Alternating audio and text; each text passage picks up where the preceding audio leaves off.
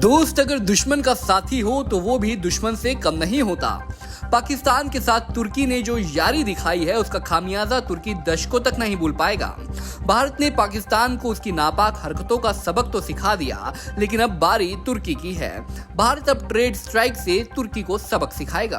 तुर्की के खिलाफ trade war की शुरुआत सरकार ने नहीं बल्कि देश की जनता ने की है। Boycott Turkey, boycott Turkey, boycott Turkey, boycott Turkey, boycott Turkey, India boycott Turkey, India boycott Turkey, boycott. पहली स्ट्राइक तुर्की के सेब पर की गई है, दूसरी स्ट्राइक तुर्की के टाइल्स पर की गई है, तीसरी स्ट्राइक तुर्की के क्रेटन पर की गई है। भारत को धोखा देने का फल तो तुर्की को भुगतना ही पड़ेगा और भारत ने अब तुर्की का फल खाने से भी तौबा कर ली है। जी हाँ, भारत में बॉयकॉट तुर्की इस कदर ट्रेंड कर रहा है कि इसकी शुरुआत भी बेहद मीठी हुई है। भारत के व्यापारियों ने तुर्की के सेबों का बहिष्कार किया है। अब ये सेब बाजार में नहीं दिखाई देंगे। लोग भी इस मुहिम में शामिल हो गए हैं। वे तुर्की के सेबों की जगह दूसरे सेब खरीद रहे हैं। आमतौर पर तुर्की के सेबों से 1000 से 1200 करोड़ रुपए का कारोबार होता था, लेकिन अब तुर्की के सेब तुर्की में ही सड़ेंगे। भारत में तुर्की से लाई गई मार्बल मशहूर है और भारत में करीब 70% मार्बल तुर्की से ही आयात किया जाता है। तुर्की से मार्बल पहले राजस्थान लाया जाता है, जिसके बाद यहाँ से देश भर में इसकी सप्लाई होती है। लेकिन अब तुर्की के मार्बल भारत के बाजारों से गायब होने लग गए हैं, क्योंकि व्यापारियों ने भी अब तुर्की के मार्बल से तौबा कर ली है।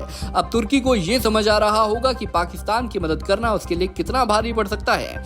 आमतौर पर भारत तुर्की से 5000 करोड़ रुपए का मार्बल का कारोबार करता है और अब ये तुर्की पर भारत की जनता की तरफ से दूसरी स्ट्राइक है। तीसरा झटका तुर्की को भारत सरकार ने भी लगाया है। बता दें कि सालाना 3,30,000 भारतीय पर्यटक तुर्की घूमने जाते हैं और वहां पर करीब 2,745 करोड़ रुपए का खर्च भी करते हैं। लेकिन अब ना भारतीय पर्यटक तुर्की जाएंगे और ना वहां की आर्थिक स्थिति को मजबूत करने में अपना योगदान देंगे। तो कुल मिलाकर आप इतना समझ लीजिए कि भारत हर साल तुर्की के साथ 88,000 करोड़ रुपए का व्यापार करता था, जिसके बंद होने से या सीमित होने से तुर्की बेहाल होने वाला है और फिर आखिर में वो भारत से वैसे ही गुहार लगाएगा जैसे भारत की स्ट्राइक के बाद पाकिस्तान ने भारत से लगाई थी।